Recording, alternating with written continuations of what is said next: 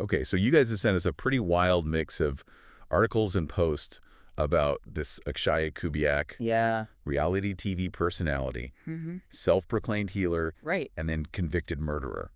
It's a lot. Yeah, and what's so fascinating about this case is, like, how well can we really know someone you know, especially when their public image is so different from their actions? Yeah. So today we're going to deep dive into all the stuff about the death of Herleen Dulai, Okay. really focusing on their relationship and what might have happened that night. It's a complicated one for sure. Lots of layers, Yeah. conflicting information, Right. personal interpretations. We've got our work cut out for us. Absolutely. All right, well, let's jump in and start with Akshaya Kubiak. Okay. So we know he was raised in a spiritual kind of bohemian family, which seems like a huge contrast to how his life ended up. Definitely. He starts out doing massage therapy. Mm-hmm. Qigong even hangs out at psytrance events. Oh, wow. Yeah, so that's electronic music with roots in psychedelic culture, if anyone's not familiar. But then he moves to Miami, ends up doing sex work, and even gets on that Showtime show, Gigolos. Right. Like a complete 180. Yeah, it makes you wonder, like, was he always living this double life? Or was there something that happened that caused such a drastic change? Yeah, like, was the spiritual side even real, or was it just for show?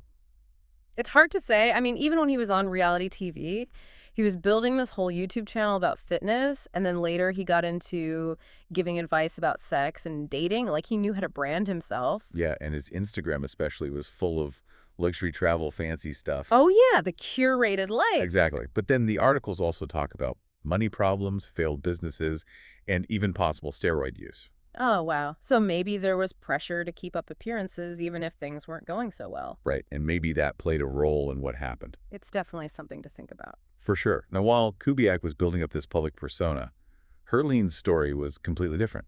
Okay. So she graduated from Temple University and moved to Vegas for a fresh start. Fresh start. Yeah, and we see this incredible transformation at this place called ACE Fitness. Uh-huh.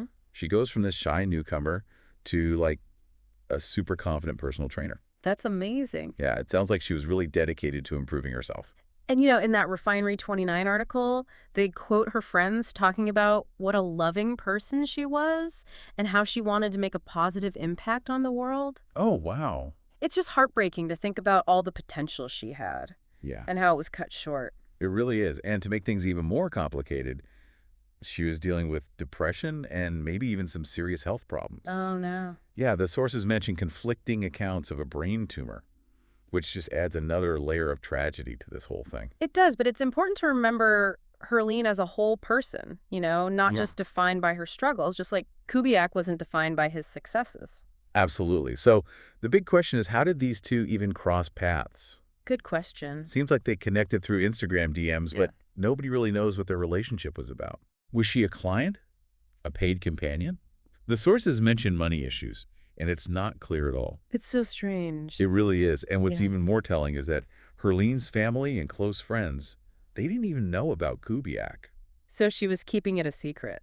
Yeah, why? I don't know, maybe she was embarrassed or maybe she wanted to protect her reputation. Or maybe there was something more going on. That's an interesting thought. Okay, so let's fast forward to July 15th, 2020. Herleen goes to Kubiak's condo to pick up his dog, it seems. Okay.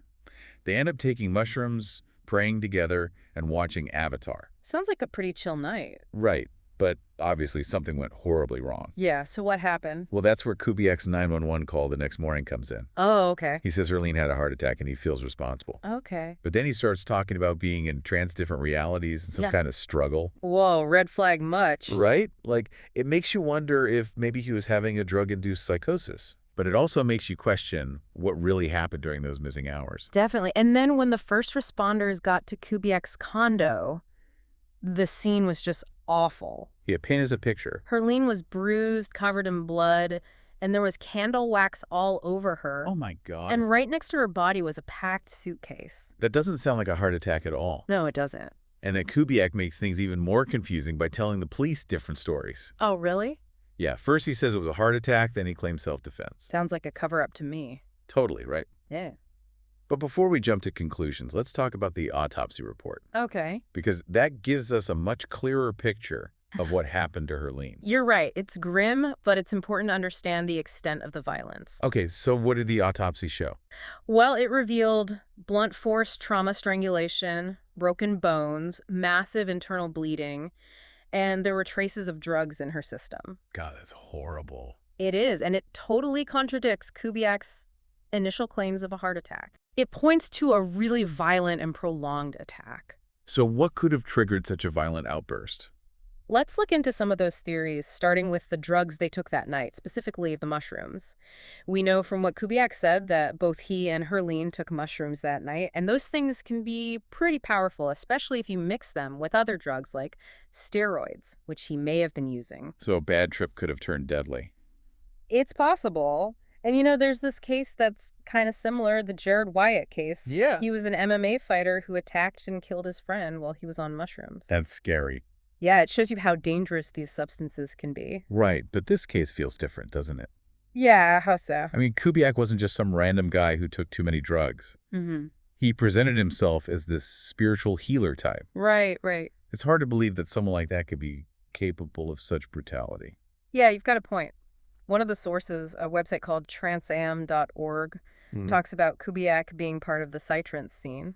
And the author basically speculates that maybe Kubiak thought he could control the trip because he was so familiar with psychedelics. So like he was trying to guide himself and Herleen through some kind of spiritual journey. Yeah, something like that. A healing ritual gone wrong. Exactly, but we have to take that theory with a grain of salt. Why? Well, the author of that site admits to having some bias because they were part of that psytrance community themselves years ago. Ah, I see. So they might be reading into things a bit. Makes sense, but it's still an interesting theory. Yeah, for sure. There's also this article from Refinery 29 that takes a different approach. Okay. They focus more on Kubiak's steroid use and the fact that he had a history of anger problems. So they think it was more of a straightforward case of rage and violence. Pretty much, they're saying maybe there was an argument, things And those could have been heightened because of his financial issues and his fading fame. Definitely, it's a good point. It's a reminder that abuse isn't always obvious. Yeah, sometimes it's hidden until something triggers it. And in Kubiak's case, his whole persona as a healer might have actually been a mask for darker tendencies. That's a scary thought. It is. And speaking of his persona, that Refinery 29 article mentions all the support he got from women who refused to believe he could be violent. Oh, wow, that's interesting. Like they couldn't reconcile the image they had of him with what he was accused of. It just goes to show you how powerful image can be. Right, and how easily we can be fooled. Exactly, and that's why we're doing this deep dive. Yeah, we're not just scratching the surface, we're trying to understand the whole picture. The motivations, the no. psychology, everything. Right, so we've got a few possible explanations. A drug-induced psychosis, healing ritual gone wrong, or just plain rage and violence. Right. But what's clear is that Kubiak's actions before and after Herleen's death were really suspicious. Oh, yeah, for sure. Trying to clean the crime scene, changing his story, no remorse. It's not looking good for him. Not at all. So let's move on to the trial. Okay. I bet it was a media frenzy. Oh, I'm sure. What was the defense's strategy? Well, they basically blamed it on the drugs. Oh, really? Yeah. They argued that the mushrooms caused a psychotic episode, and Kubiak thought his life was in danger. So they're saying he wasn't in control of his actions. Exactly. They tried to paint him as a good guy who just snapped. Did they have any evidence to back that up?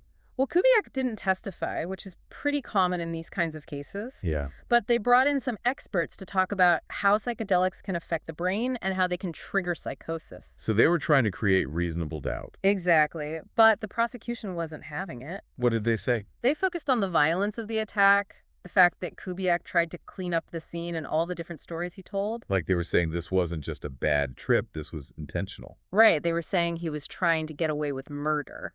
And what did the jury think? They sided with the prosecution. So what was the verdict? Guilty of second-degree murder. Second-degree murder. Wow. I can't imagine what that moment in the courtroom was like. It was heavy, you Yeah. could feel the tension in the air. Herleen's family had been so strong throughout the trial. Right. And then when the verdict came in, they finally let their emotions show.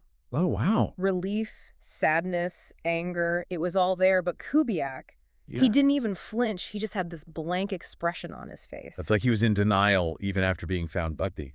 Yeah, and that lack of remorse really made people angry, Right. It just solidified this idea that he was manipulative and only cared about himself. It's heartbreaking to think about what Herleen's family went through, I know, it's unimaginable losing someone like that. and then having to relive it all during the trial. Exactly. And on top of that, they had to prepare for the sentencing, Right. which is a whole other challenge. So what happened at the sentencing? Did Herleen's family give impact statements? They did, and it was powerful. Yeah. Herleen's sister, Aman, she talked about how gentle and kind Herleen was, Oh, about her laugh and her dreams for the future. that's so sad. It was, and she talked about the pain of losing her and how much they all miss her. It must have been so hard to speak in front of the court like that. I can't even imagine. And she also talked about how Kubiak violated Herleen's body and spirit. So did Kubiak react at all to the statements? Nope. Nothing. Wow. No apology, no regret. Did he say anything at all? Even when the judge spoke directly to him, he didn't seem to be listening. Like he was just trying to hold it together. Exactly. Like he couldn't or wouldn't break character. It's just mind-blowing that someone could be so detached from reality. I know. It's like his ego was more important than anything else.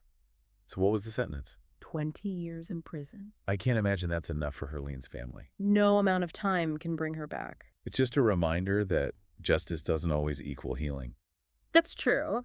But it's still important to hold people accountable for their actions. Absolutely. And even with a conviction, there's still so many unanswered questions. Yeah, like why did this happen in the first place? Right. What led to this horrific act of violence? It's complex. It really is. Uh, But that's why these cases are so important to examine. yeah, we can learn so much from them. About human nature, about the darkness that exists in the world. And about the importance of recognizing the warning signs of abuse. Absolutely. We have to speak up when we see something wrong. We can't just stand by and do nothing. This deep dive into Akshaya Kubiak has been a journey for sure. It really has. We've talked about fame and ego and the devastating consequences of violence. And the resilience of the human spirit. Right. And while we may never fully understand what drove Kubiak to do what he did, Yeah. we can at least try to learn from it.